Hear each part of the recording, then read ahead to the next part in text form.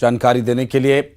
और लव जिहाद के मामले पर बनी फिल्म द केरला स्टोरी पर अब बागेश्वर धाम के आचार्य पंडित धीरेन्द्र कृष्ण शास्त्री के दरबार तक चर्चा शुरू हो गई है। सागर के जैसी नगर में आयोजित दिव्य दरबार में केरल से आई एक लड़की से बाबा ने पूछा, क्या केरला स्टोरी जैसे हालात हैं? लड़की बोली, कुछ हद तक है। केरल में कथाएं नहीं होती हैं, इसलिए वो यहां कथा सुनने के लिए आई है। और इसके अलावा रात्रि में होने वाले प्रश्नोत्तरी के दौरान एक सवाल के जवाब में बागेश्वर धाम सरकार ने यह कहा कि दूसरे धर्म पर सोच समझ कर भरोसा करना चाहिए। सनातन धर्म में लिखा भी है, वर्तमान में हिंदू सोया हुआ है, जो हो रहा है वह फिल्म में दिखाया जा रहा है, और जब तक ऐसा होता रहेगा तब तक ऐसी फिल्म्स बनती रहेंगी। जान लेना चाहिए।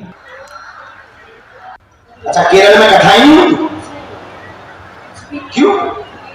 अच्छा, केरला स्टोरी मतलब सत्य बनी?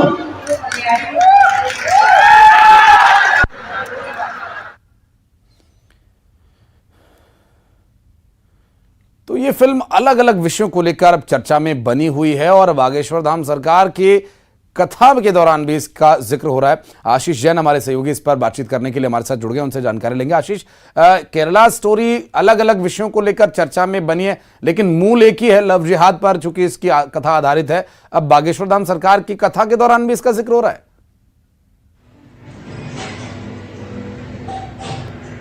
निश्चित ही, जैसा अभी जो हमने वीडियो देखा उसमें बागेश्वर धाम सरकार के जो पीठाधीश्वर हैं पंडित धीरेन्द्र कृष्ण शास्त्री महाराज, उनके दरबार में केरल से एक युवती पहुंची थी, महिला पहुंची थी, और उस महिला के द्वारा उसकी अर्जी लगाई गई, वो दरबार में पहुंची। और दरबार में पहुंचने के बाद जब बागेश्वर सरकार ने पूछा कि केरल से चल करके तुम सागर में आई हो, मध्य प्रदेश के हृदय स्थल पर आई हो, तो क्यों आई हो? तो उसने बताया कि केरल में उसको कथाएं सुनने के लिए नहीं मिलती, वहां पर कथाएं नहीं होती। तब उन्होंने कहा, जो द केरल स्टोरी, जो स्टोरी के बारे में बागेश्वर सरकार ने उससे पूछा कि जो स्टोरी में जो दिखाया गया, फिल्म में जो दिखाया गया है, वह कहां तक सही है?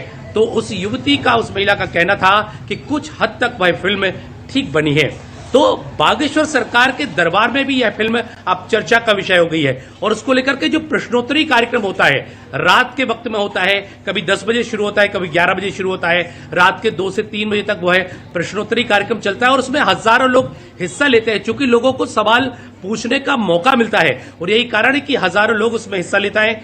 तो वहां पर भी यह केरला स्टोरी को लेकर के सवाल आया, तो बागेश्वर सरकार ने उस दौरान कहा कि आपको सोच समझ करके किसी दूसरे धर्म पर विश्वास करना चाहिए। दूसरे धर्म पर विश्वास करना उसके ही जैसा है जैसे किसी समुद्र में फेंका हुआ सिक्का है। तो लगातार द केरला स्टोरी विभिन्न मामलों को लेकर के, जो लव जिहाद पर जो फिल्म बनी है, वह चर्चाओं में रहती है। लेकिन बागेश्वर सरकार के दरबार में उनकी प्रश्नोत्तरी कार्यक्रम में इस फिल्म का जिक्र होना निश्चित ही इसकी पराकाष्ठा को बताता है, और उनके द्वारा इस पर जो बयान दिया गया है वही भी सभी के सामने है। निश्चित रूप से, और अभी इस पूरे मामले को लेकर चर्चाएं अलग अलग स्तर पर पहुंचने लगी हैं।